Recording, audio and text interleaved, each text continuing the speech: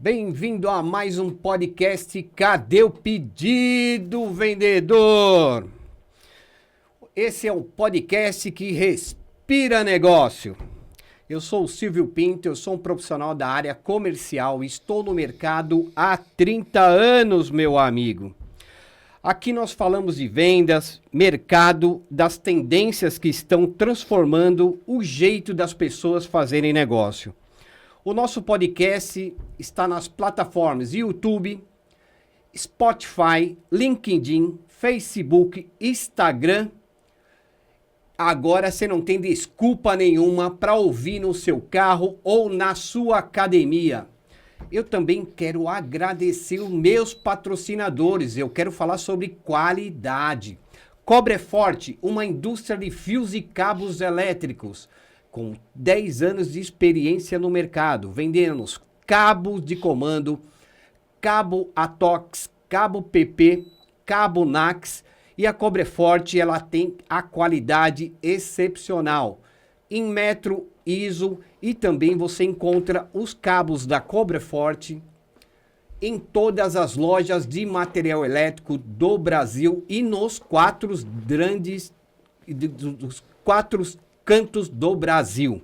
Eu também quero falar sobre a Intec Brasil, uma empresa de prospecção de clientes, construtoras inteligente. Eu tenho Intec, você também pode ter. E hoje eu quero colocar o nosso novo patrocinador, a Prime Bras, uma indústria de fechadura digital, meu amigo. A Prime Bras é brasileira, é uma empresa que fabrica a fechadura no Brasil. Ela tem vários produtos de qualidade com preços acessíveis, pois a Prime Bras entrega o que promete. Agora eu quero separar os amadores do profissional. Hoje o nosso papo é com uma psicóloga que entende de um dos temas mais delicados e reais da nossa geração. Saúde mental, meu amigo. Você sofre por isso? Você conhece que sofre por isso? Esse podcast, ele é para você. A depressão é um peso invisível de viver sob pressão. Mas eu quero ir além do óbvio. Eu quero entender o que faz o cérebro buscar fuga e por que tanta gente que parece bem está, na verdade, no limite. Vanessa, bem-vindo. Muito obrigado, Silvio. Obrigado, meu. Poxa, Vanessa, que Quanto bom. tempo, né? Ai, muito bom. Muito bom te reencontrar. Agradeço o convite de estar aqui com você. E você, psicologia, como é que é isso? Pois é, faz tempo, né? Ai, Esse ano completo 21 anos de formada. Então é bastante tempo já nessa caminhada, trabalhando com saúde mental, como você disse. Isso. Né?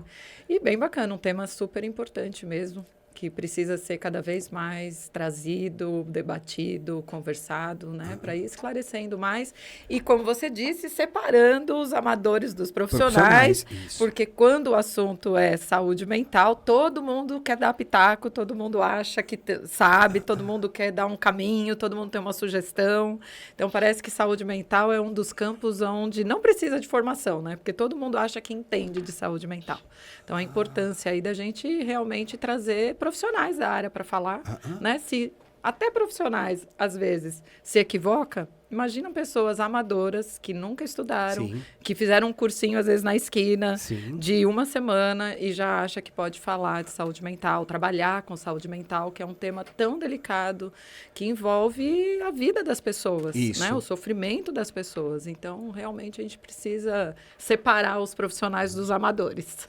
E a saúde mental, ela é mais forte no mundo corporativo ou é da própria vida, a pressão que as pessoas sentem hoje, né? De trabalho, casamento, dívidas, essas coisas. Como funciona essa questão da saúde mental? Então, saúde mental é um conceito amplo, vamos dizer assim, né? E ela é formada por vários pilares, né? Então, a saúde mental em si, ela existe a partir de existe a partir do funcionamento de vários setores. Então, tem várias áreas da vida de uma pessoa que compõem a saúde mental. A saúde mental seria um guarda-chuva, vamos dizer assim, aonde embaixo a gente vai avaliando e percebendo quais são os aspectos de cada um, como está a vida dessa pessoa, para a gente poder chegar a uma ideia mais global da saúde mental dela. Então, a área profissional compõe participa, né, da nossa saúde mental, a área familiar, a área social, a área da saúde física, orgânica também compõe. Então, quer dizer, como que está a sinergia entre esses vários aspectos para que a gente possa avaliar, vamos pensar assim, ou até mesmo pensar na saúde mental a partir desses pilares, né? Então, a saúde mental não é uma entidade separada do resto da vida, ao contrário, ela é composta por todas as áreas que envolvem a vida de uma pessoa. Nossa, perfeito. Vanessa, hoje a geração, ela está muito ligada em tecnologia, né? E também em busca de aparecer. As pessoas querem se aparecer hoje, né? Ou seja, ao invés de ser, ela quer ter, né? Podemos chamar essa geração como geração do vício? Bom, acho que é uma questão importante, interessante, né? E você me fez lembrar, quando você falou do ter e do ser, me fez lembrar uma propaganda de refrigerante que eu acho que era da Sprite, da Coca-Cola, que dizia sede não é nada, imagem é tudo. Um negócio assim, o slogan era o foco na imagem, que imagem era tudo. E hoje a gente, mais do que nunca, vive um momento, né, cultural, né, onde sim é muito mais valorizado aquilo que você aparece ser, aquilo que você aparenta ser, do que de fato aquilo que você é, né? Então, tanto que é do que a gente estava falando no início. Se você se posiciona bem, tá com uma imagem de projeção e falando de um determinado momento com um cenário bacana, você pode estar falando a maior groselha da sua vida, por exemplo, em saúde mental, que você vai passar a credibilidade, né? Então, parece que sim, há um vício no sentido, ou pelo menos um aspecto muito cultural que se desenvolveu, uma crença, um modo de se colocar na vida, onde as pessoas precisam aparecer que são, aparentar que são, sem necessariamente haver um investimento real no conteúdo das coisas, né? Então, bom, o Instagram está aí, né, para mostrar como imagem de fato é tudo, né? As pessoas hoje em dia buscam profissionais pelo número de seguidores que ele tem, né? Muito mais do que pelo currículo que ele tem. Concordo. Né? E isso é eu não sei se isso é um vício, né? Mas isso vai criando um padrão, um modo de funcionar das pessoas nesse modelo cultural que a gente vive hoje, que vai, obviamente, equivocando, vamos dizer assim, a maneira como aquilo que deveria ser de fato valorizado no outro, muito mais do que a aparência, né? Mas o conteúdo, o que ele tem de bagagem, quanto tempo ele trabalha naquilo, independente do número de seguidores, né? Tem muitos profissionais que eu conheço que têm, sei lá, 100 seguidores e são excelentíssimos profissionais. Sim. Mas provavelmente você que não o conhece, porque você não é da área, você de repente nunca buscaria ele como um profissional, porque você vai entrar na página dele, de repente é uma página pobre, né? Não tem lá muito conteúdo, ou não é muito bem, né? Arquitetado, não tem muitos seguidores e, de repente, você vai descartar esse profissional por causa dessa aparência, né? Daquilo que ele não está apresentando, né? Ainda que hoje a gente vive num modelo cultural que requer que a gente esteja mais à frente, mais ativo, por exemplo, em rede social, produzindo mais, porque é dessa forma que hoje a gente vende o nosso produto ou o nosso serviço. Eu acho que nem tanto ao céu, nem tanto ao mar, precisa haver uma certa ética, vamos dizer assim, no modo como a gente se apresenta, né? Sem forçar muito a barra só para cumprir o protocolo cultural da nossa época, que tem que ser dessa forma, enfim. Você acha que as pessoas hoje têm vergonha vamos dizer, de não ser um bom profissional, não mostrar que não é um bom profissional e a vergonha da vida que vive. Por exemplo, eu até li um artigo esses dias que a classe média do Brasil, ela pensa que é rica. Uhum. Isso daí não atrapalha um pouquinho? As pessoas têm essa ânsia de que mostrar que é rica. Uhum. Tem um antropólogo que publicou até recentemente, agora eu esqueci o nome dele para falar aqui para vocês, mas Coisa de Rico é o nome do livro, que é fruto de uma pesquisa que ele fez de antropologia mesmo. Então, ele emergiu como é que fala? Nessa classe social dos ricos para entender como eles funcionavam, tal. E ele fala uma coisa, o livro é bem interessante, e ele fala uma coisa mais interessante ainda, né? Porque a gente, a classe média principalmente, a gente quer aparentar um nível social maior do que de fato nós temos, para se comunicar com pessoas, né, para fazer parte de um núcleo que não estão olhando para a gente. Então, a gente está sempre tentando construir uma imagem de nós muito superior do que é a nossa realidade para tentar ter o reconhecimento dessa classe mais Esse reconhecimento está atrapalhando. Na verdade, a gente... como que eu posso dizer? Isso não é que o reconhecimento atrapalha, porque a gente é constituído a partir do olhar do outro. E esse é um aspecto também da saúde mental. Então, a gente só se constitui como sujeitos e indivíduos a partir de um olhar de um outro. Alguém precisou olhar para a gente, alguém precisou nos abarcar no seu psiquismo para que a gente pudesse se constituir. A mãe ou um cuidador, né, fez isso. E isso continua seguindo com a gente no decorrer da nossa vida. A gente continua buscando se constituir a partir do olhar do outro. Não basta eu preciso que você reconheça que eu sou aquilo. Não basta eu ser psicóloga, eu preciso que você chegue e fale assim, você é uma boa psicóloga. Okay. Então, quer dizer, é como se o meu próprio parâmetro, ele não servisse como uma medida de valor. Concordo. O valor é dado a partir do olhar do outro. Então, a gente está sempre buscando esse reconhecimento e essa aprovação, em maior ou menor grau. E um dos elementos de adoecimento é exatamente esse, né? Porque a gente fica nessa busca incessante pelo reconhecimento do outro, do meu próprio valor, só que isso fica atrelado. Então, se o outro não reconhece, isso não me abastece narcisicamente. O que é importante, né? Que é outro engano aí que a gente vai, às vezes, percebendo, principalmente de pessoas que não são muito da área, e falam alguns equívocos mesmo em relação ao narcisismo, né? Porque narcisismo não é uma patologia. Narcisista somos todos nós, né? Porque há um elemento narcísico que nos segue do início ao fim e que ele é o que nos articula como indivíduos e sujeitos. O problema é quando há um adoecimento. Pode haver um adoecimento narcísico? Pode haver. Mas agora, né, caiu-se nesse clichê de que todo mundo é narcisista, deturpando totalmente essa ideia e esse conceito de narcisismo. Então, é importante para o nosso narcisismo o olhar do outro, o olhar que valida, o olhar que reconhece, o olhar que confirma, né? O problema é quando a gente fica orientado apenas por isso, né? Tudo que eu faço é buscando isso, tudo que eu penso é buscando essa aprovação, esse reconhecimento, essa validação. Aí é problemático, né? Porque eu fico totalmente à mercê desse externo.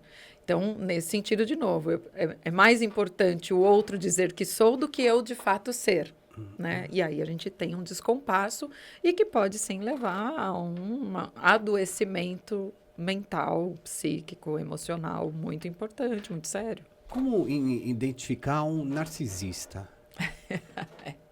Essa é um ponto...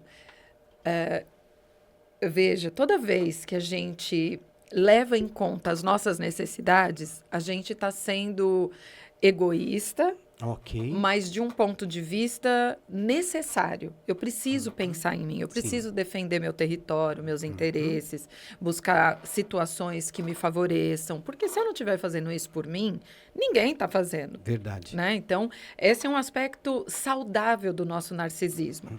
Mas que muitas vezes, quando a pessoa faz valer esse interesse dela, por exemplo, numa relação afetiva, ou mesmo numa relação fraterna, né, de amizade, que egoísta ele. Mas o que deveria ser, então? Eu deveria me despojar e abrir mão totalmente daquilo que me faz bem, me beneficia em alguma medida, para poder só atender às suas necessidades? Bom, também isso tem um preço, né? Isso também não é saudável, vamos dizer assim.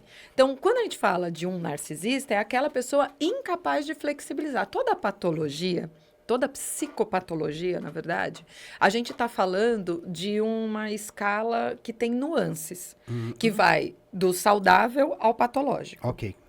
Então, narcisistas somos todos nós. Sim. Então, em que medida esse narcisismo se torna patológico? Essa é a pergunta. E não como identificar um narcisista necessariamente, como assim, esse é narcisista, esse não é. Narcisistas somos todos nós. Fala isso pra... É um corte isso. Ótimo. Narcisistas somos todos nós. Isso é uma escala de gradação mesmo. O quanto que eu vou mais do saudável até o patológico. Então, quando a gente fala de psicopatologia, a gente está falando de um enrijecimento, de alguém que não consegue transitar dentro dessa escala e fica muito rígido num modo de conduzir, num modo de operar, num modo de se relacionar, onde é sempre, toda a vida e mais 100 anos, só o que o favorece. Ele é incapaz de fazer uma concessão. Então, ele não consegue transitar entre, bom, agora foi para mim, né? Mas ok, numa relação Sim. é uma troca. Então, tudo bem, hoje vai ser para você. Hoje eu atendo um pouco mais uma necessidade sua, abrindo mão um pouco dos meus interesses em prol de atender um interesse seu. Isso é o saudável. Mas que eu faça sempre isso, sempre estou atendendo o outro, também não é o adequado. Ok. Então, é a rigidez que nos coloca na avaliação da psicopatologia. O quanto que essa pessoa está cristalizada num modo de funcionar na vida, nas relações. Então, obviamente, no narcisista, que a gente está falando que está mais no polo da doença do narcisismo, a gente vai falar de pessoas que são manipuladoras, porque estão sempre visando o atendimento dos próprios interesses. São pessoas que têm muita dificuldade, né, em reconhecer as necessidades do outro, porque o outro não é visto na sua singularidade, na sua individualidade.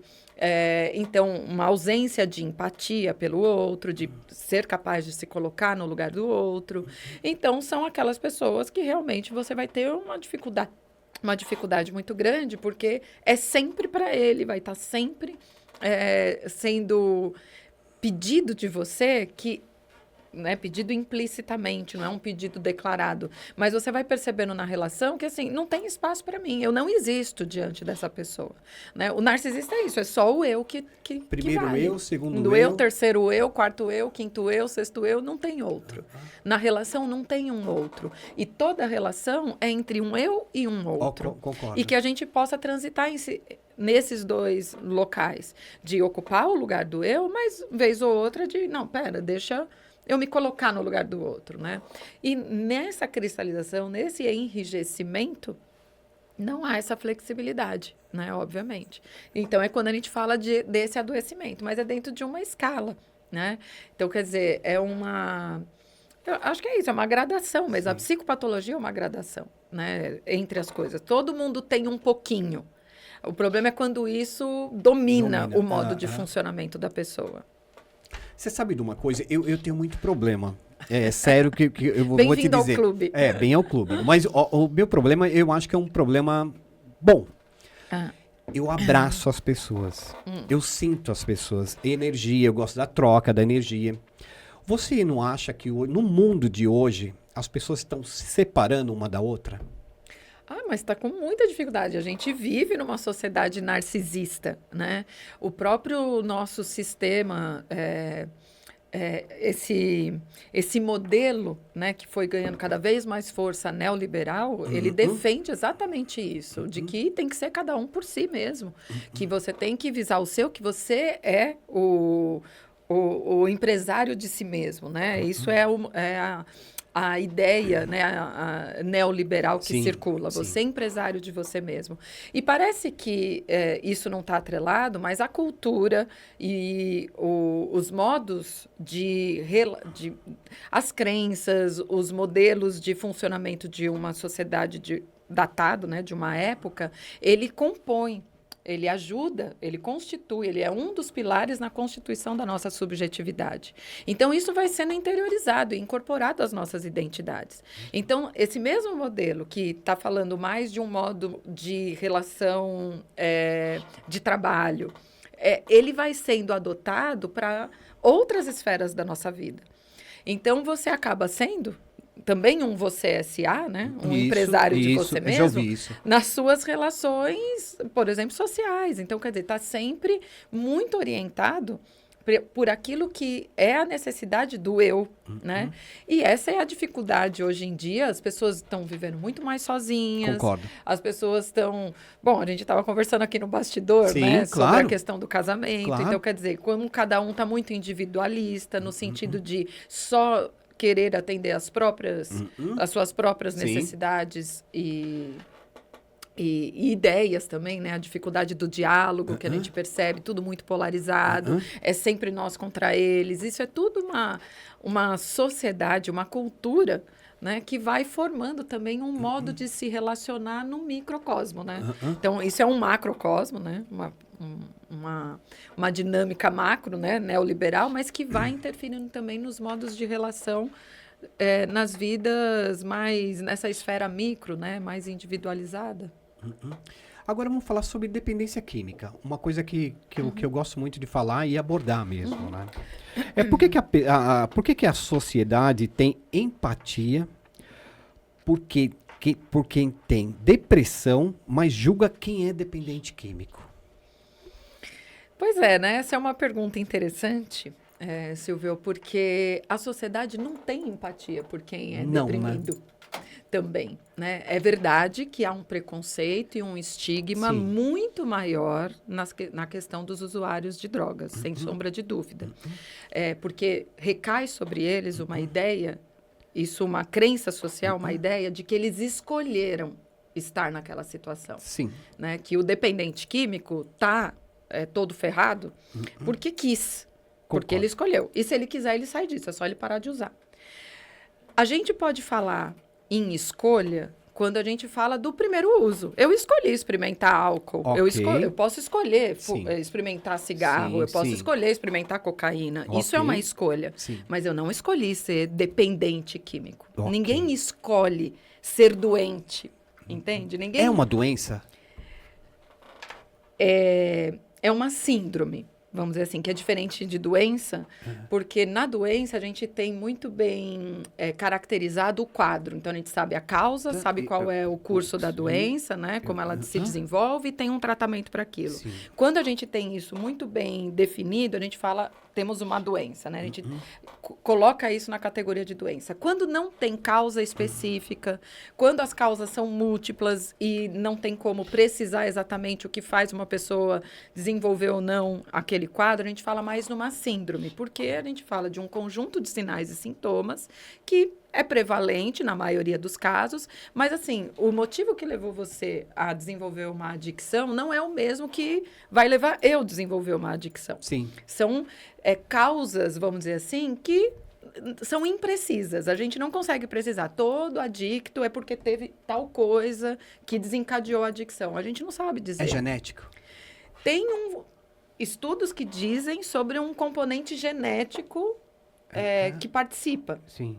No entanto, ninguém identificou ainda o gene Então, quer dizer, como dizer que algo é genético se ainda você não conseguiu mapear e dizer, esse é um gene que desenvolve uma adicção. Então, quer dizer, é tudo muito ainda impreciso do ponto de vista, assim, não tem nenhum estudo que diz. A gente sabe que é multifatorial. Sim. Precisa ter uma questão orgânica presente, né? Uma complacência que a gente fala, orgânica, precisa. Porque tem gente que bebe álcool e nunca desenvolve. Né? Vamos supor, uma adicção ao álcool. Mas não é só o orgânico. Também tem fatores que são psicossociais, que a gente fala que contribui para aquilo. Então, de novo, se são tantas as possibilidades de configuração em cada caso, então a gente está mais diante de uma síndrome do que de uma doença, exatamente por isso. Porque ela não é... A gente sabe que, por exemplo, a doença... sei lá, da diabetes, né?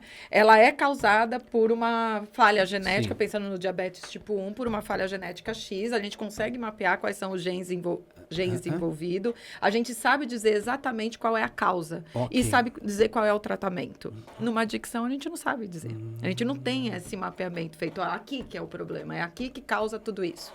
Então, por isso que a gente fala não em doença, mas em síndrome. Eu só ouvi falar que era doença.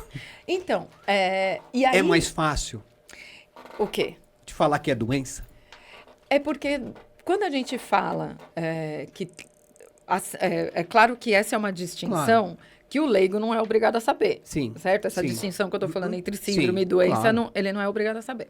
Então, como tem elementos que são prevalentes, então, quer dizer, a abstinência está presente em todos os quadros, você tem a tolerância que está presente em todos os quadros, você tem a tentativa de parar de usar, que é a recaída, né? E o retorno do problema. Então, isso são elementos que sinalizam para algo que é regular, que acontece sempre em todas as pessoas que desenvolvem uma adicção.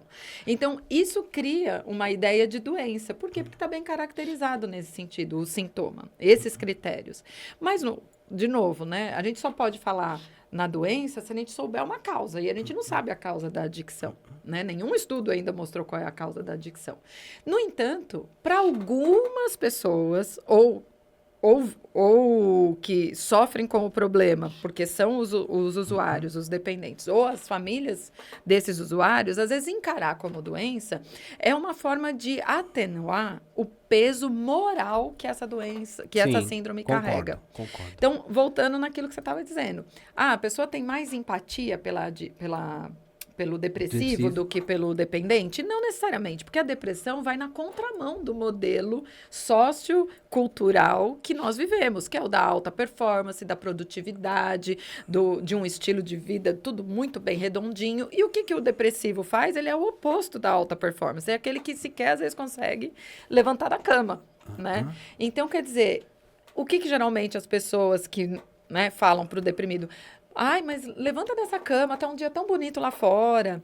Você tem uma vida tão bacana, você tem um marido, ou no caso, você tem uma esposa, você tem filhos, você tem um bom trabalho, você tem não sei o quê. Não tem porque você tá deprimido. Você devia estar feliz, você devia estar agradecido, né? A onda da gratidão, que agora tudo a gente tem que agradecer. Então, quer dizer, é uma positividade tóxica que anula que aquela pessoa está em sofrimento. Então, não há empatia com o depressivo. Ele também é visto com maus olhos numa sociedade onde precisa construir uma imagem de que tudo está sempre bem.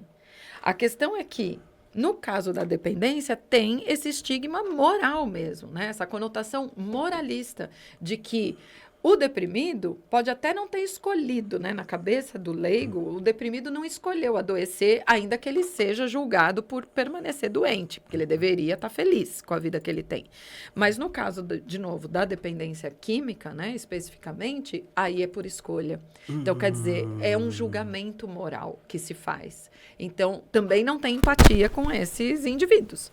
Mas eu não colocaria que tem empatia em um e não tem no outro. Não tem em nenhum dos dois. É que em há um julgamento moral.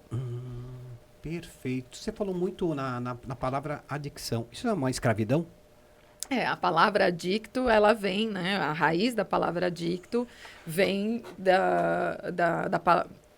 a raiz da palavra é escravo, né? Porque era quando os escravos lá de trás não se vendiam, eles ficavam como garantia para o seu credor, né? Então, é por isso, é adicto a alguma coisa, né? Então, eu sou adicto ao meu senhor do engenho, porque eu estou aqui acorrentado a ele como uma promessa de pagamento de dívida, né? Então, é adicto, está relacionado à palavra escravo, a um sentido de escravidão, né? Agora, o seguinte, a droga é um problema ou é só um sintoma de algo profundo? Esse é o que a gente estava dizendo, né? É que na psicologia a gente tem algumas vertentes também de abordagem e de entendimento do ser humano. E eu estou mais alinhada a uma forma de pensar o adoecimento como todo adoecimento sendo o sintoma. A pessoa que cai deprimida, a pessoa que desenvolve um toque, a pessoa que tem uma fobia, a pessoa que tem uma adicção, que desenvolve uma adicção, tudo isso, ainda que seja o quadro de uma doença, ele é sintoma de algo. Porque a doença, para o entendimento de algumas vertentes dentro da psicologia, ela é a sinalização de que foi o que de melhor a pessoa conseguiu fazer para lidar com um sofrimento que é ainda maior. Então, quer dizer, ainda que ela não saiba, né? A pessoa que desenvolve um quadro psicopatológico, seja ele de que natureza for, ela não necessariamente tem consciência daquilo que a incomoda, daquilo que a angustia. Mas diante dessa angústia que ela sente, que é imprecisa, difusa e muitas vezes até inconsciente, ela tenta organizar um modo de sobreviver àquilo. E às vezes esse modo que ela organizou para tentar sobreviver a essa dor, que é muito mais profunda e às vezes inconsciente, ela acaba desenvolvendo um quadro psicopatológico. Então, a doença pode ser um quadro, mas ela ainda é sintoma de algo que está por trás daquilo. Então, por que um deprimido cai depressivo? Se a doença fosse apenas justificada, que essa é outra vertente que tem, fosse apenas justificada pela questão neurológica, é déficit de serotonina, de dopamina, que é o que prevalece hoje nas explicações, vamos dizer assim, mais biologicista da doença da depressão. Então, todo mundo deveria responder à medicação, porque a medicação atua exatamente nos neurotransmissores de serotonina, dopamina, noradrenalina. Agora, se mesmo tomando uma medicação, um paciente permanece, né, que é o que a gente fala ele é refratário à medicação, ou seja, ele resiste, apesar de estar medicado, ele continua tendo sintomas. Sim. Então, quer dizer, não deveria ter consertado? Se eu estou repondo ou consertando esse déficit neurológico, por que ele não responde e não fica melhor? Porque não é um déficit neurológico. Né? Não tem como comprovar que é isso, na verdade. E a própria medicação está aí dizendo que, olha, não é por aí. Algumas pessoas têm uma melhora dos sintomas, outras não. E aumenta a dose, troca remédio e não melhora. Então, quer dizer, as causas são subjetivas. E essas não dá para mapear num exame. Isso não tem como a gente fazer um teste genético e mapear as causas subjetivas da depressão. Cada um cai numa depressão ou em qualquer outra adoecimento psíquico por uma junção de fatores que é muito singular, que é muito próprio daquela pessoa. Ainda que, do ponto de vista do sintoma, o meu sintoma seja igual ao seu. Né? Então, sei lá, eu tô chorosa, você também tá choroso. Eu tô apática, você também tá apática. Eu perdi a perspectiva de vida, tô pessimista, você também tá. Então, do ponto de vista sintomático, eu e você temos um quadro característico de depressão, porque os sintomas sugerem isso e são iguais. Agora, por que você respondeu à medicação e eu não? Ou por que nem eu e nem você conseguimos responder adequadamente à medicação? Por que você adoeceu? Quais foram os motivos? Quais foram as situações que, num arranjo, fez você cair numa depressão? Você pode ter deprimido depois que perdeu um ente querido. Concordo. E eu posso ter deprimido porque perdi um emprego. Mas perder um emprego é muito diferente de perder um ente querido. Ainda que sejam perdas, são sentidos e significados bem específicos e próprios. Então, o que significa para mim um emprego que equivale quase, né, se a gente fosse colocar eu e você junto, quase a ter perdido um ente querido. Ou eu posso ter deprimido sem um fator, aconteceu alguma coisa, muitas vezes a gente faz isso, né, com o paciente. Pergunta, mas houve algum momento que você percebeu que desencadeou? Aconteceu alguma coisa com você? Não. Ele não identifica nenhuma situação, nenhum fato. Poxa, foi depois disso, eu comecei a ficar ruim e tal, e foi piorando. Não, ele não consegue. Ele falou, eu não sei. Eu não sei, simplesmente eu fui me sentindo assim. Então, quer dizer, é totalmente subjetivo, né, as causas. O que faz uma pessoa adoecer, né? Eu já até perdi a pergunta, qual era? Não, agora uma outra pergunta. A depressão é um sentimento de culpa? Ela também se manifesta a partir de uma culpabilização, mas ela não se restringe a isso. É que faz parte dos sintomas também encontrar autorrecriminações, autocrítica muito elevada, autodepreciação, e a culpa vem em decorrência de tudo isso, mas ela não se restringe. Agora você me colocou uma pulga na minha orelha. Quando a pessoa está depressiva, a primeira coisa que ela busca é um psiquiatra. E, pelo que eu percebi aqui, não é. Eu acho que deveria procurar, principalmente o profissional, um psicólogo. Sim. Eu sinceramente, eu aprendi agora. Porque eu percebi da sua explicação que o psiquiatra, ele tudo bem, é uma ferramenta. Mas o diagnóstico, ele não dá por exame. Sim, é um exame que a gente fala clínico, né? Todo exame na psiquiatria e também na psicologia, ela se dá pela observação clínica, né? Que a gente fala. Então, não tem realmente um exame de sangue para detectar se a pessoa está deprimida ou não. Então, é a partir de uma avaliação clínica que a gente faz os diagnósticos. Muitas vezes, alguns pacientes vão requerer, sim, o acompanhamento junto com o psiquiatra, sem sombra de dúvida, porque às vezes o sofrimento é tanto que ele sequer consegue, às vezes, sair de casa para ir até o consultório de um psicólogo. Sim. Ou que fosse online, mas de conseguir recrutar energia para poder fazer as sessões, né? E, às vezes, a entrada de uma medicação ajuda a aplacar um pouco esses sintomas. Mas isso é sempre avaliado no caso a caso. Muitas vezes, também, a própria medicação, por tirar os sintomas de maior angústia, né? Que levam a maior angústia para aquele paciente, ele também afasta ele de um tratamento.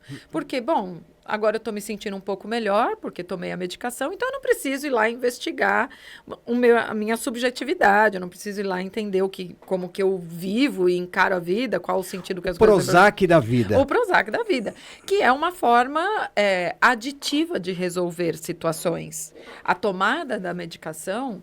Não que isso é regra, porque, de novo, se você está bem orientada com a prescrição médica tal, tá tudo certo. Mas também é uma forma para algumas pessoas a não ter que se aprofundar na sua intimidade, né? Na sua subjetividade, no seu universo interno. Então, uma vez que você tira o sintoma, bom, então, sabe aquela coisa? Se eu vou tomar um anti-inflamatório para dor, eu não preciso ir no fisioterapeuta, já não me dói mais. Mas tudo bem, mas você também não mexeu na causa das suas dores articulares. Sendo que a fisioterapia vai te dar todo, né, um anteparo até para que você não volte a ter crises. Enquanto que a medicação vai atuar apenas na dor, né? Então, para alguns pacientes, o trabalho é sempre multiprofissional também, né? Então, envolve a psicologia, sem sombra de dúvida, tem que envolver, mas não se descarta, às vezes, outros profissionais acompanhando determinado paciente. E, às vezes, o acompanhamento psiquiátrico é importante. Alguns psiquiatras tendem a reconhecer o valor da psicoterapia e, ainda que mediquem, sempre orientam o paciente a buscar pelo profissional de psicologia para fazer também o trabalho como deve ser feito. E ele entende, muitos psiquiatras também, que a medicação é temporária. E por isso, a gente vai entrar com a medicação, só que em algum momento a gente vai ter que retirar. Então, enquanto você está medicado, ok, vai começando sua psicoterapia, para que no momento que a gente fizer o desmame da medicação, você já esteja mais bem organizado internamente para poder dar conta do seu dia a dia, da sua vida, das suas questões, sem o recurso da medicação.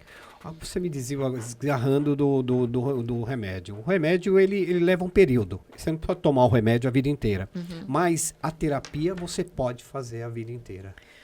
Sim, a gente fala que sim, Para alguns transtornos, às vezes a medicação é para a vida inteira, dependendo dos transtornos que está cometendo aquele paciente, ele vai precisar ficar medicado, sim.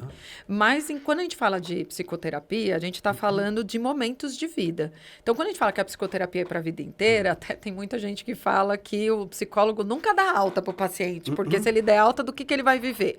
E não é isso. Às vezes, um bom profissional, um profissional que sério, ético, que conduz e desenvolve um trabalho sério com o seu paciente, ele sabe reconhecer duas coisas, né? Eu acho que tem duas coisas. Primeiro que, às vezes, você chega na terapia por uma determinada questão. Sim. E essa questão vai se desenvolvendo, vai se desenrolando, deixa de ser uma questão para você.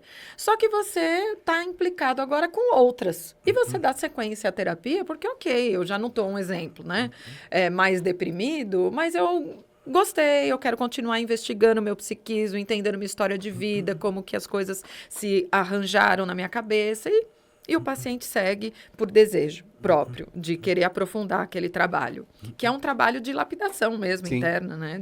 De conhecimento interno, né? De reorganização de muitos elementos da própria história. Então, isso é uma coisa. Então, obviamente, eu não vou falar para o paciente, você está de alta, se ele ainda demonstra um desejo genuíno de continuar naquele processo. A terapia é um processo, é um acompanhamento, né? Não é uma consulta médica, que você vem para resolver um problema e X. Pode ter? Tem as vertentes da psicoterapia breve. Que você vai lá e fala, olha, eu tenho medo de avião, eu quero resolver isso, porque eu viajo pra caramba, trabalho viajando, eu não posso... por exemplo. Eu não posso ficar sofrendo toda vez que eu subir num avião. Então, você vai com uma demanda pontual. E sim, resolveu, você tá de alta da terapia. Pode ser. Por isso que eu falo, a terapia é um leque de abordagens e de modelos de intervenção. E tem algumas que são mais focadas. Então, você pode ter alta disso, você não precisa levar eternamente. Tem pessoas, essa é uma outra... crença que se propaga muito e que eu sou contrária do hashtag faça terapia, né? Como se todo mundo precisasse de terapia. Não é todo mundo que precisa de terapia. Tem pessoas que estão muito bem, obrigado, e conseguem se virar muito bem com as suas adversidades, se organiza, isso não gera um sofrimento maior para elas, que de fato a paralisa de alguma maneira. E tem pessoas que não precisam, então, do processo terapêutico. Não é verdade que todo mundo, estou com a minha terapia em dia. O que tá com a terapia em dia? Sim. Né? Que modelo... Você percebe que tudo vai virando meio que uma mercadoria e vai sendo desvirtuado, né? O sentido vai sendo pervertido, assim. Há uma perversão do sentido da terapia. A terapia é uma intervenção. Todo mundo pode se beneficiar de uma terapia? Pode, sem sombra de dúvida. Todo mundo precisa? Não é todo mundo que precisa. Então, às vezes, você precisa pontualmente, no momento, sei lá, a perda de um ente querido, um processo de luto, você, de repente, precisa de um acompanhamento, aquilo vai ter um tempo específico de duração e depois você está bem, né? Tchau, vai com Deus e não peques mais. Vamos dizer assim. Eu queria ler uma parte de um livro de um autor, um médico, né? Um escritor, é o Gabor Mate. Gabor. É Gabor, né? É um médico escritor húngaro, né? Que diz o seguinte, em seu livro: a dor é o tema central do vício. Só quem está com a grande dor deseja anestesiá-la. Então, não pergunte por que do vício, pergunte por que da dor. É uma realidade. Perfeito. Aliás, o Gabor é uma grande referência nesse trabalho, assim, porque ele tem as ideias, eu me alinho muito com as ideias dele, assim, com esse modo de encarar, de entender, né? De fato, né? Tanto que essa é a grande incógnita para quem é de fora, né? Por que a pessoa, apesar de todo o sofrimento que uma dependência, uma adicção gera, a pessoa está totalmente degradada e ela ainda assim não consegue se livrar.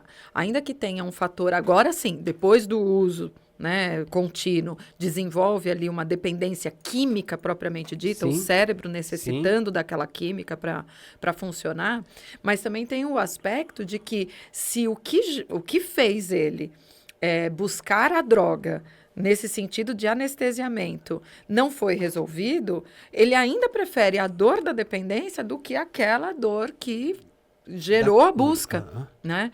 E, de novo, não é uma busca consciente, né? Eu tô aqui, tô com uma dor X, então eu vou usar porque eu sei que isso vai aplacar minha dor. Não é. É um encontro fortuito.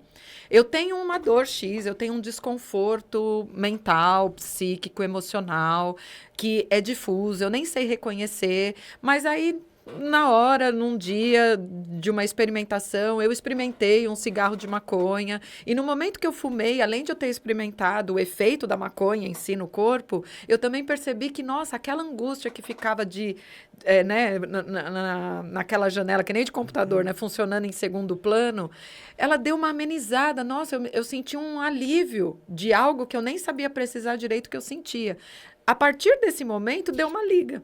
Você percebe? Então, quer dizer, eu não fui fumar porque eu sabia que fumar ia me ajudar naquela angústia. Sim. Eu fumei por curiosidade. Mas na hora que aquela substância entrou no meu corpo, opa, não é que ela resolveu um probleminha que tinha ali, que eu nem sabia que existia, mas de qualquer forma eu senti um relaxamento depois disso. Então, aí sim, a segunda busca, a segunda vez, já pode ser motivada para tentar buscar o anestesiamento daquela dor. Atrás. Daquela dor lá atrás. E aí, vamos dizer, por isso que fala, é a solução que ele encontrou para um problema. Né? Ela é um problema em si também, a dependência, né? Uma adicção. Mas ela, antes de ser um problema em si, ela foi a solução para outro problema. Foi a solução buscada para um outro problema. Então, a gente tem dois problemas agora, né? Depois que se desenvolve uma dependência, a gente tem o problema de base, vamos dizer assim, que é individual, a gente não sabe qual é, para cada indivíduo vai ser um. Temos esse, e temos agora, de fato, o problema da dependência, porque o uso em si acarreta uma série de mudanças na arquitetura cerebral, na maneira das expressões neurológicas, tal, que desenvolve, né, como decorrência do uso contínuo, também vai desenvolver uma problemática que a gente vai precisar tratar, ainda que esteja investigando, como o Gabor está falando, a dor, né? Então, não vamos perguntar o porquê do vício, vamos perguntar o porquê da dor, sem sombra de dúvida. Mas agora tem um vício e ele não pode ser perdido de vista, até porque pessoas morrem fazendo uso de determinadas substâncias. Entendi. Né? Então, não dá para também... Não, a gente tem que fritar o peixe e olhar o gato, vamos dizer assim. A gente olha para a dor de base sem perder de vista que essa estratégia que ele arrumou para resolver esse problema de base, ela também é problemática. A estratégia em si também é problemática. Uma outra coisa, existe a classe social, quem usa mais ou quem usa menos, porque eu quero levar o seguinte, em 1935, o Bill e o Bob criaram o AA. O Bill era um corretor da Bolsa de Wall Jones. E o Dr.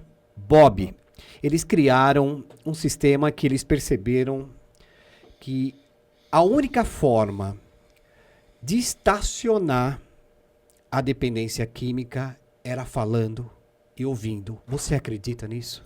Sim, sem dúvida, né? Os grupos de mutuajuda, eles são coadjuvantes nesse processo de recuperação. Porque é isso, quando a gente fala de determinadas doenças, vamos chamar, ou síndromes, a gente sabe que elas têm controle, não cura, né? Ainda que eu também acredite, né, e veja que uma vez que você consegue mexer nessa engrenagem, né, que promove a dor, e uma vez que ela se desarticula ou ela ganha outra esfera de funcionamento, você diminui muito, né, a necessidade do seu anestesiamento. Mas o modelo da mutuajuda, ele é imprescindível para alguns casos e tem gente que se recuperou e se mantém em recuperação só fazendo acompanhamento em grupos de mutuajuda, sem intervenção técnica, seja de psicólogos ou de psiquiatra. Então, ele funciona? Funciona. É para todo mundo? Não, não é para todo mundo. Nada é para todo mundo. Esse é o ponto. E isso a gente vai... É isso que comprova de que é mais uma síndrome do que uma doença. Porque, senão, esse remédio serve para o resfriado. Todo mundo que toma o remédio tem um efeito benéfico para os seus sintomas. No caso da síndrome, não. Alguns se beneficiam do grupo de mutuajuda, outros não. Alguns se beneficiam da medicação, outros não. Alguns conseguem se engajar no processo terapêutico, outros não. Então, quer dizer, mas se a doença é a mesma, por que o tratamento tem que ser diferente? Porque não é a mesma. Ainda que os sintomas sejam o mesmo. Todo mundo que usa e desenvolve uma adicção vai ter o clássico, os principais. Síndrome de abstinência e tolerância. Todo mundo. Tolerância, como é isso? Tolerância é a necessidade de você aumentar a dose para atingir, para ter os mesmos efeitos anteriores que você tinha com doses menores. Ok. Mas isso é um aspecto do corpo humano. A gente desenvolve tolerância para tudo, para exercício físico, para medicação. Então, se eu tomo Neosaldina toda vez que eu tenho dor de cabeça, daqui a pouco uma Neosaldina não vai ser mais suficiente para aplacar a dor. Por quê? Porque o corpo já está tolerante àquele princípio ativo. Se eu faço exercício sempre igual, o músculo não vai mais responder. Agora, eu preciso aumentar o estímulo ou mudar o estímulo para o músculo continuar tendo uma resposta. Então, isso é uma neuroadaptação. Sim. Então, a tolerância, ela não está ligada à substância, ela está ligada a uma adaptação orgânica. O nosso corpo se adapta a tudo. Né? Então, ele vai promovendo essa adaptação.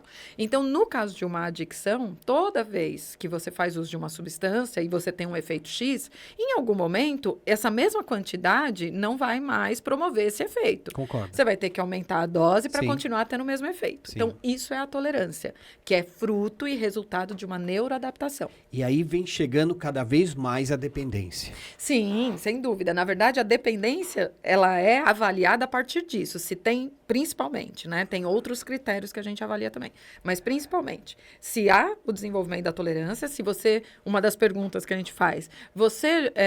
como que era antes e como que está agora o seu uso? Okay. Antes eu fumava um cigarro de maconha por dia. Hoje eu fumo uns 5. Tolerância. Ok. Né? Ele está aumentando a dose. E se ele está aumentando a dose é porque um cigarro de maconha já não está mais dando efeito. Porque se desse, ele não estaria aumentando a dose. Ele continuaria num cigarro de maconha. Sim.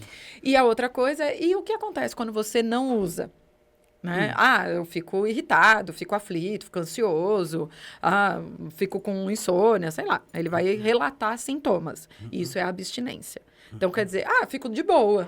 Não acontece nada. E se acaba a sua maconha e você não tem? O que acontece? Nada. Fico de boa. Então, não tem abstinência, você percebe? Porque a abstinência é a reação do corpo à ausência da droga no corpo. Né? Então, o corpo reagindo, opa, cadê aquela quantidade de base aqui que estava sempre? Ele reage negativamente. Então, a abstinência é isso. Esses são 2 critérios de base para a gente pensar se já tem uma adicção instalada, por exemplo. Né? Qual a pior droga? Para quem?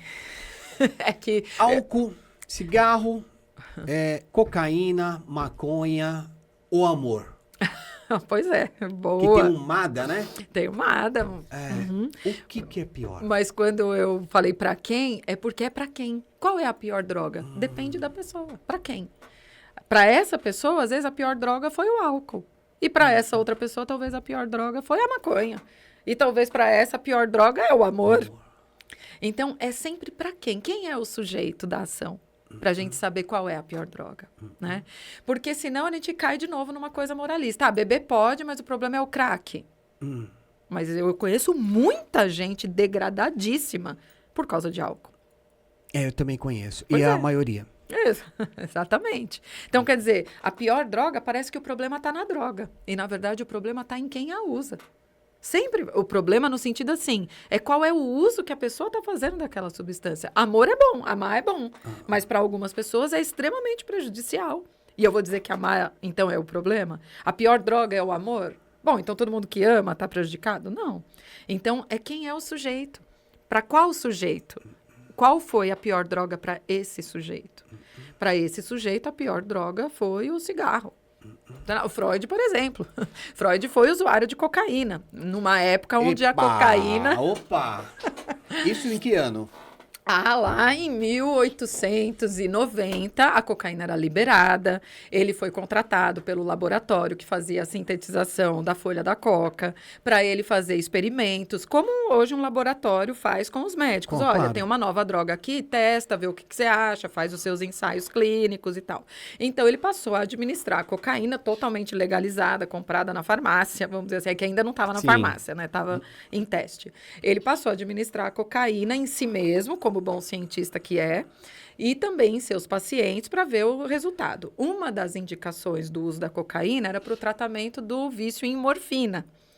Então, se usava a cocaína como uma... Anestésico. Não, como uma substituição. A gente Ok. Como hoje a gente faz? A gente administra algumas medicações em alguns usuários para ir retirando a droga e controlar a abstinência. Mas como a gente controla a abstinência? Introduzindo outra droga, que depois a gente vai fazendo o desmame dela. Né? Então, a gente tira abruptamente uma droga, sei lá, o usuário de cocaína. Ok. Você tira abruptamente, ó, interrompe o uso de droga, o uso de cocaína. Só que eu dou, por exemplo, um ansiolítico para ele. Sim. Entro com algum tipo de ansiolítico para ele, para dar conta, e também pela questão dos neurotransmissores. Sim. Uma vez que ele está mais controlado da abstinência, porque a gente já tirou a cocaína, a gente vai agora reduzindo aos poucos, fazendo o desmame dessa substância.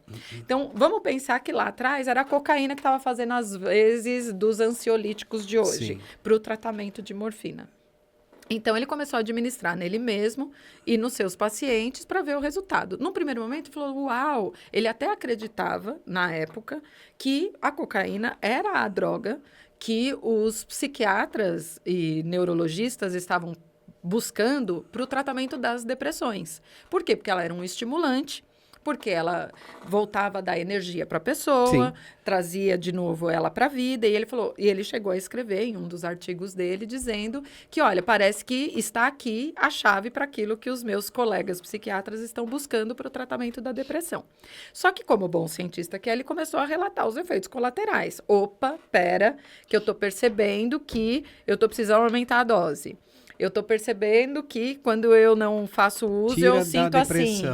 Quando eu faço... Ele começou a relatar os efeitos dela. E quando ele perdeu um amigo, um grande amigo dele, que ele tratava pelo vício de morfina, esse amigo tinha sofrido um acidente, precisou fazer uma cirurgia que deixou ele com uma sequela neurológica de dor permanente, né? E ele começou a ser tratado com morfina, esse paciente dele. Só que ele desenvolveu um vício na morfina em decorrência dessa cirurgia. E aí foi quando ele chegou pro Freud e pediu o acompanhamento dele e tal, e ele começou a introduzir e fazer as recomendações da cocaína. Só que ele começou a ver que ele estava substituindo, ele estava trocando, até que esse paciente morreu vítima de uma overdose de cocaína, e isso abalou muito o Freud. Né? Ele ficou bastante abalado, porque ele, de fato, era um amigão, né? E ele tentando ajudar, sente que precipitou a morte desse paciente. E ele administrava nele mesmo também.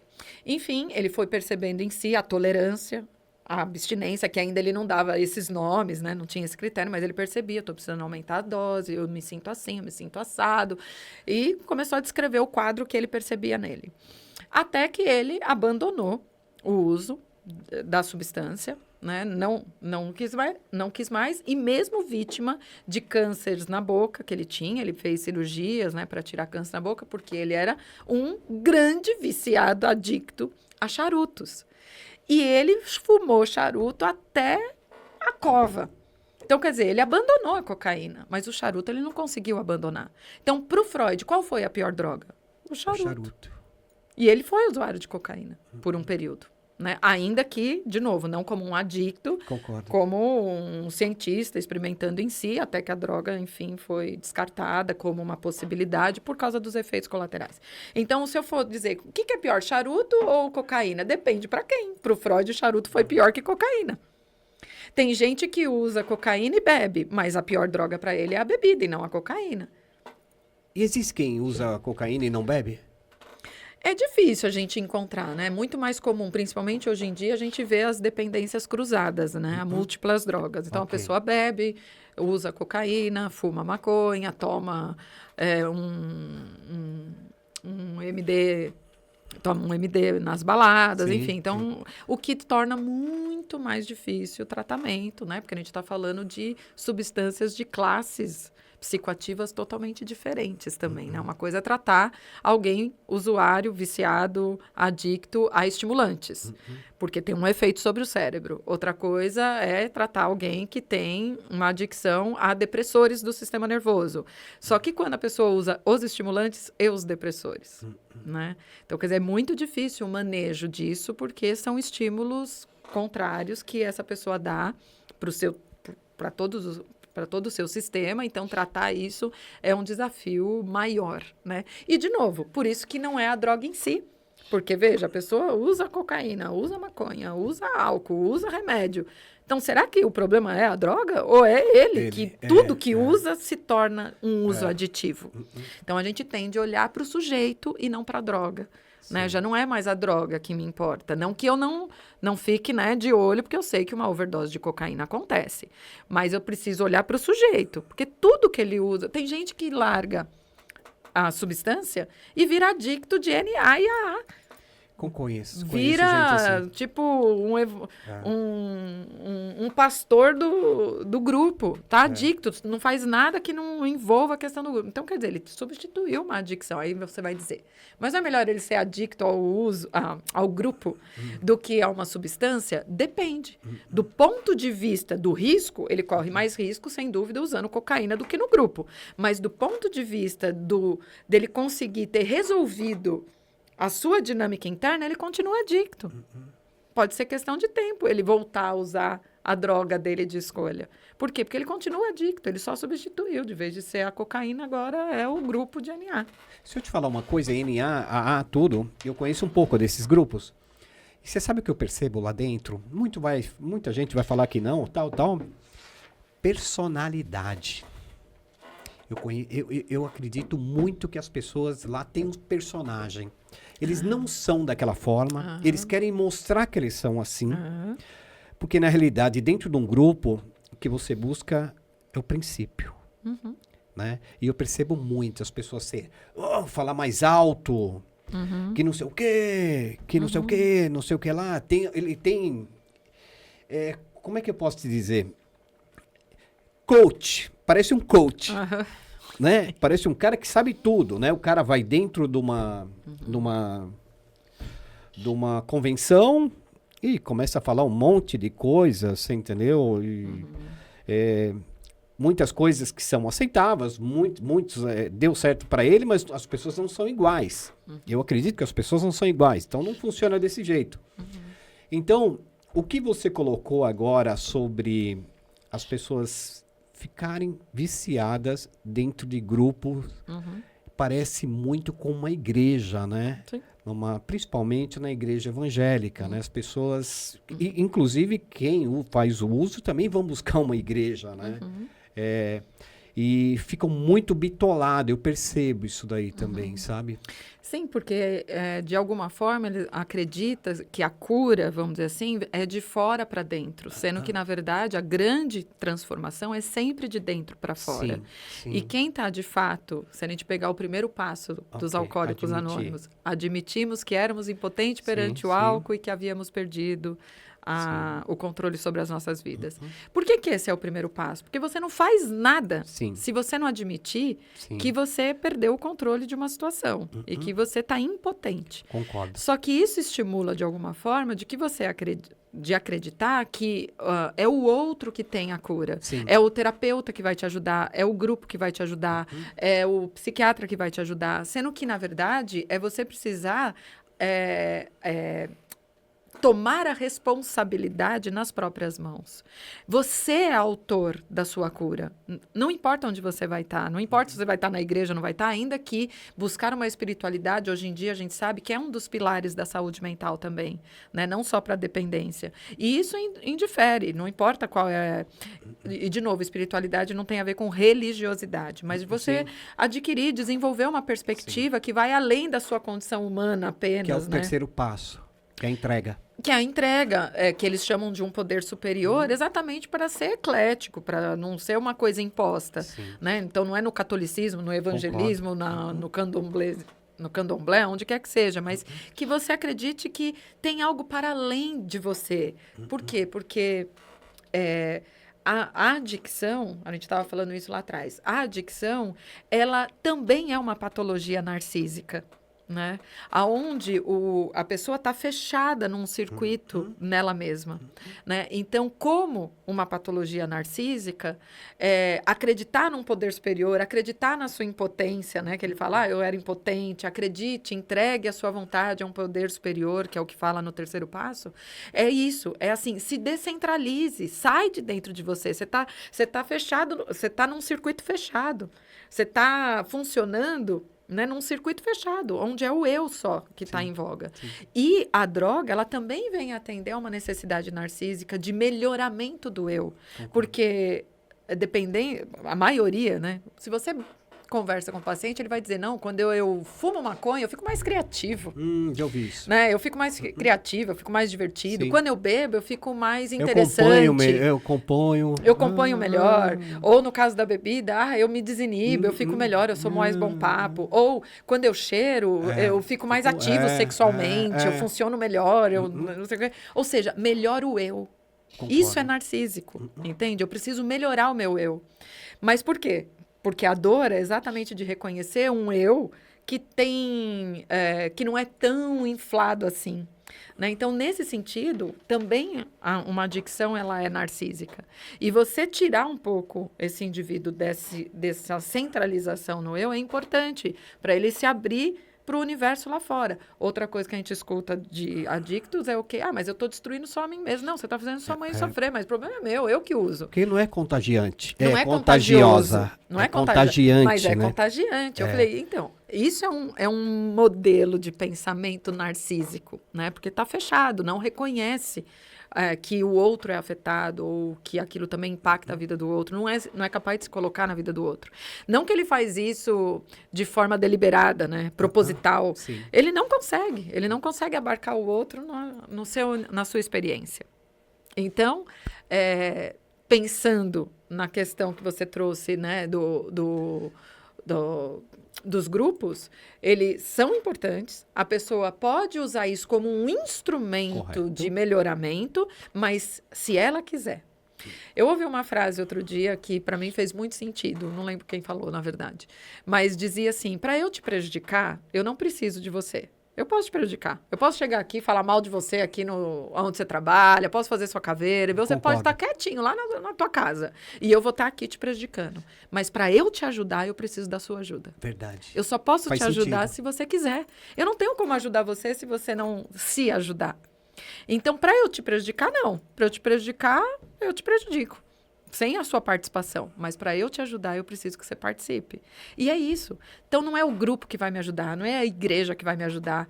Eles são instrumentos que podem me ajudar. Mas eu vou ter que agir ativamente para que isso seja, de fato, efetivo na minha vida. Que possa ser, de fato, uma ajuda. A coisa em si, eu não vou ficar aqui passivo e a coisa vai vir me ajudar. Não vai assim. Eu preciso agir.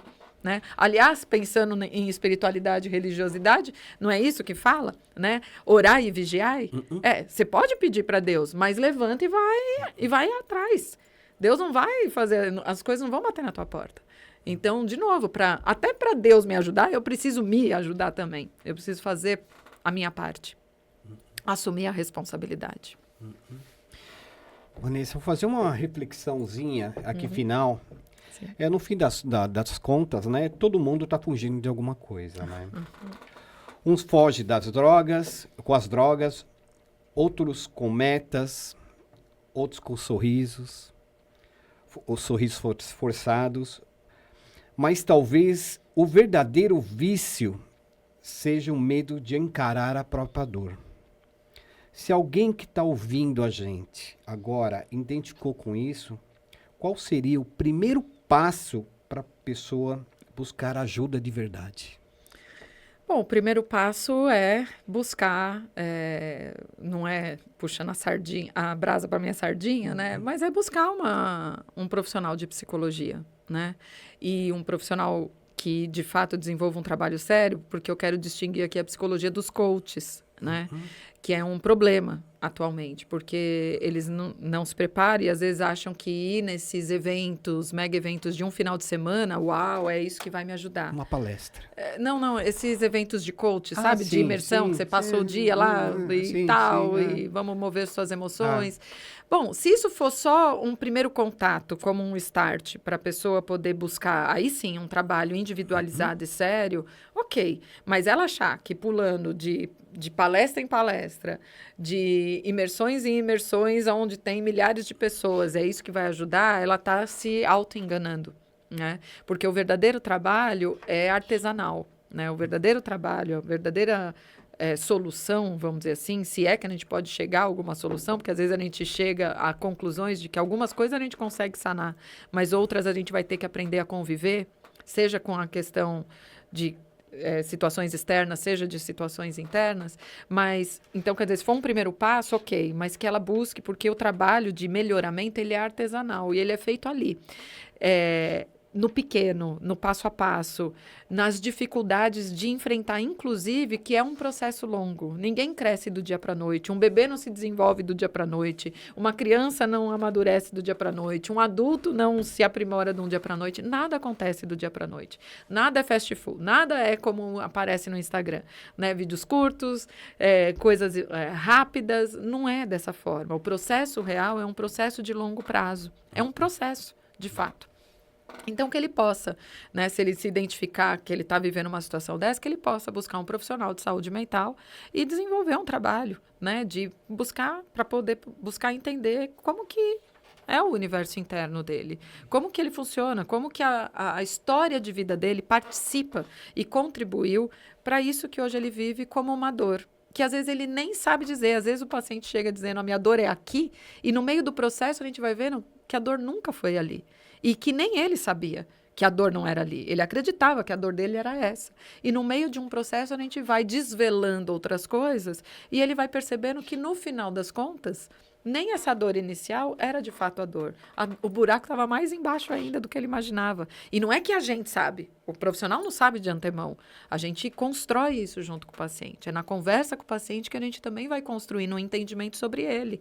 O profissional não detém um saber. O saber está mais no indivíduo do que no próprio profissional. O profissional conhece o modo de tirar as informações daí de dentro. Sim. Mas ele não sabe o que vai vir daí de dentro. Qual é as informações que você vai acessar? A gente não sabe de antemão. Eu não sei qual é a causa do seu adoecimento. Eu sei como fazer isso surgir. Okay. Vir à tona. Né? Eu tenho a pá, mas o que eu vou encontrar eu não sei. Né? Vamos dizer. Minha Flor, seguinte... Agora chegou a vez que eu mais gosto. Eu queria abrir o microfone para você, para falar os seus contatos, onde eu te acho, como eu consigo contratar os seus serviços, né? O que realmente você faz, né? E olhando para aquela câmera, agora é o seu melé. Tem que olhar para a câmera. Agora é você. Bom, primeiramente, agradeço o seu convite. Cara. E eu sou psicóloga, eu tenho um consultório que fica lá na região de Moema. Eu trabalho basicamente com psicoterapia individual, também faço orientação familiar, trabalho com famílias e casais, não só ligados ao contexto da dependência química, das adicções. Então, o meu trabalho é basicamente com saúde mental, né? No âmbito da psicologia clínica. Eu tenho uma página no Instagram, quem quiser me seguir, lá sim eu compartilho muitas informações sobre adicções. Qual que é a página? A página é vanessa.vidapulsional. E lá vocês vão encontrar mais informações sobre adicções e tudo mais, que é onde eu publico mais sobre essa temática. E para me contatar, para quem tiver interesse, né, no processo terapêutico, meu telefone é 11 99219 9099, é o WhatsApp. Eu não atendo a ligação, é só por mensagem, mas fiquem à vontade, é um canal aberto, estou à disposição. Eu também, pessoal, eu vou deixar no corpo do podcast, né, no YouTube, vai estar todos os contatos da Vanessa, como encontrar essa excelente profissional, que para mim foi uma coisa muito boa fazer um podcast com ela. E eu queria agora agradecer a você que ficou até agora assistindo o nosso podcast. Compartilhe com seus amigos, dê o joinha, mande perguntas que até a Vanessa vai responder para vocês.